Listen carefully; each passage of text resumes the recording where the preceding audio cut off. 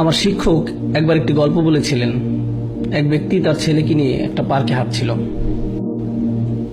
তারা একসাথে হাঁটছিল। ছেলেটি গাছের উপর একটা কাক দেখে বলল, বাবা এটা কি, এটা কি? বাচ্চার বয়স ছিল 2 বছর। বাবা বললো, এটা একটা কাক। ছেলে আবার বলল, বাবা এটা কি? বাবা আবার উত্তর দিল, এটা একটা কাক। আচ্ছা ঠিক আছে, বাবা এটা কি? বাবা বললো, এটা একটা কাক। ও কাক, এটা কি? এটা একটা কাক। এভাবে 10 মিনিট ছেলেটি বাবাকে প্রশ্ন করে গেল। বাবা 30 বার উত্তর দিলেন। তিনি একটা ছোট ডায়েরিতে লিখে রাখলেন, আমার ছেলে আজ পার্কে হাঁটার সময় একটি কাককে নিয়ে 30 বার প্রশ্ন করেছে, যেটা ছিল পৃথিবীর সবচেয়ে সুন্দর জিনিস। 30 বছর পর ছেলের বয়স এখন 2 বছর না, তার বয়স 32 বছর। বাবা ছেলেকে ফোন করলো, আমি কি তোমার কাছে আসতে পারি? ছেলে উত্তর দিল, বাবা এটা ঠিক দেখা করার সময় না। বাবা বললেন, আমাকে কিছুক্ষণ সময় দাও, আমার 10 থেকে 15 মিনিট দরকার, শুধু এইটুকু সময় হলেই চলো, তোমার সাথে কিছু ব্যাপারে কথা আছে। ছেলে বেশ বিরক্ত হয়ে, ঠিক আছে। বাবা আসলেন এবং গাড়িতে উঠে ছেলেকে নিয়ে পার্কে গেলেন। ছেলে মহা বিরক্ত হয়ে বলল, এসব কি বাবা, আপনি কি খুব দ্রুত বলতে পারবেন? আমার কাজ আছে। বাবা বললেন, শুধু আমার সাথে হাঁটো। তারা হাঁটছিল এবং গাছের উপর একটি কাক দেখতে পেল। বাবা বললেন, বৎস এটা কি? তুমি কি সত্যিই জানতে চাও এটা কি? এটা একটা কাক। ও বৎস এটা কি? ছেলে এবার প্রচন্ড রেগে গেল। এটা কি একটা খেলা? আমার কাজ আছে, ঠিক আছে? এটা একটা কাক, আপনি কি দেখতে পাচ্ছেন না? আমি গত মাসেও আপনাকে নতুন চশমা এনে দিয়েছি। আমার সাথে এমন কেন হচ্ছে? বাবা আপনি কেন এত জটিল? আমি বুঝতে পারছি না সমস্যাটা কোথায়। জাস্ট বলেন কি বলতে চান। আমি ব্যস্ত আছি, ঠিক আছে? বাবা তার ডায়েরির পাতা খুলে বলল, বৎস ঠিক এরকম একটা ঘটনা 30 বছর আগে ঘটেছিল। আমরা এই পার্কে হাঁটছিলাম, তুমি একটি কাক দেখেছিলে। তুমি 30 বার আমাকে এটার সম্পর্কে জিজ্ঞেস করেছিলে। আমি প্রতিবার হেসে উত্তর দিয়েছিলাম, আর এখন তুমি দ্বিতীয়বারও উত্তর দিতে পারছো না। আমরা আমাদের পিতামাতাকে কি দিচ্ছি? মূল বিষয় হলো, আল্লাহ প্রথমে নিজের কথা উল্লেখ করেছেন, তারপর পিতামাতার কথা উল্লেখ করেছেন। তোমরা নিজেরাই চিন্তা করো, তারা তোমাদের জন্য কি করেছেন এবং তোমরা তাদের জন্য কি করছো। এমন অনেক পিতামাতা আছেন, যখন তাদের সন্তান আইসিইউতে থাকে, তারা ছোট্ট গ্লাস বক্সের দিকে তাকিয়ে দাঁড়িয়ে থাকেন, যার ভিতরে শিশুটি আছে। দিন রাত 24 ঘন্টা হাসপাতালে শুধু দাঁড়িয়েই থাকেন, কখনো বসেন না, শুধু দাঁড়িয়ে থাকেন। ভেন্ডিং মেশিনের খাবার দিয়ে তাদের জীবন চলছে। আর ঠিক এই সন্তানই বড় হলে ফোন করে খবর নেওয়ারও সময় হয় না।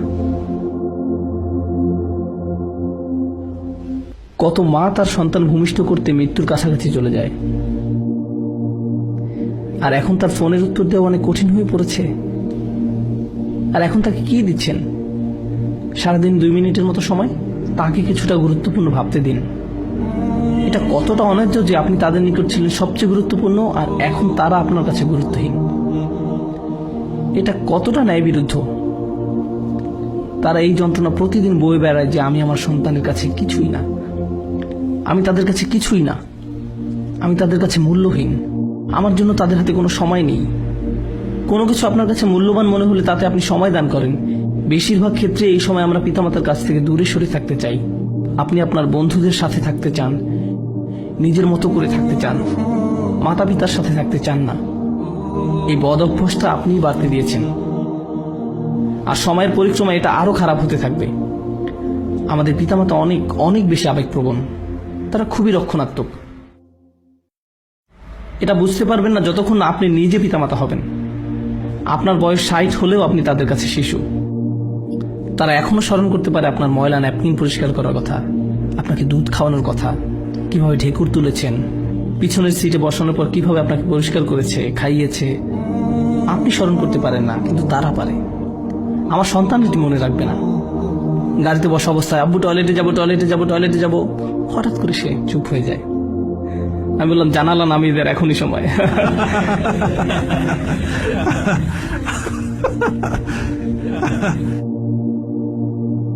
তারপর সে বলা শুরু করলো, আমি ঈদে কোন খেলনা পাবো। আমি ভাবলাম, ওকে, গাড়ি চালানোর জন্য আজ ভালো সময় নয়। তারপর সে যখন কলেজ থেকে গ্রাজুয়েশন করেছে, একদিন বিয়ে করেছে, সে তখন আর এটা মনে রাখবে না, কিন্তু কে কখনো ভুলে যাবে না? আমি কখনো ভুলে যাব না। আমি ভুলবো না তাকে কিভাবে বাথরুমে নিয়েছি, তাকে পরিষ্কার করেছি, জামা পরিয়েছি। সে বলেছিল, আব্বা এই স্পাইডারম্যান পোশাকটা পরিয়ে দিন। আমার সন্তানের কিছুই মনে রাখবে না, আমি রাখবো, আমি মনে রাখবো। এই একই শিশু যখন পিতাকে একদিন বলে, বাবা আমি ঠিক তোমাকে বুঝতে পারি না, আমার হাতে একদম সময় নেই, এটা আসলেই তাকে দুঃখ দেয়, এটা আসলেই তাকে দুঃখ দেয়। ঠিক এই আচরণটাই আমি আপনি আমাদের পিতামাতার সাথে করে থাকি। তারা ছিল আমাদের জীবন, আমাদের জন্য তারা তাদের জীবন দিয়েছেন, তাদের ক্যারিয়ার বিসর্জন দিয়েছেন, তাদের ছুটি, তাদের বন্ধু বান্ধবদের সঙ্গ ত্যাগ করেছেন। আপনি জানেন সেটা? আমি এটা এখন জানি, আমি তখন জানতাম না। আপনি আসার আগ পর্যন্ত তাদের জীবনের এক ধরনের পরিকল্পনা করা ছিল, আর আপনি আসার পর আপনি হয়েছেন তাদের পরিকল্পনা, আপনিই তাদের সবকিছু। এখন একটা কিছু আপনার মন মতো না হলেই আপনি রাগান্বিত হয়ে পড়েন, কিছুই শুনতে চান না। তাদের সাথে রেগে কথা বলেন। আমরা এখানে এই মুহূর্তে ইসলাম নিয়ে আলোচনা করছি না, আমরা শালীনতার কথা বলছি।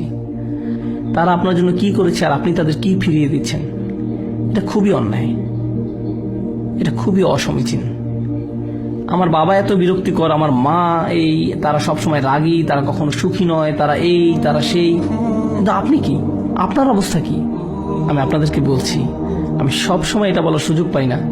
যদি আপনি আপনার বাবা মার দোয়া না পান, আপনার জীবনে কোনো কিছুই ভালো হবে না, আপনার জীবনের কোনো কিছুই ভালো হবে না। যদি তারা আপনার কাছ থেকে সুখী না হয়, তাদের সুখী করার জন্য আপনাকে সব করতে হবে।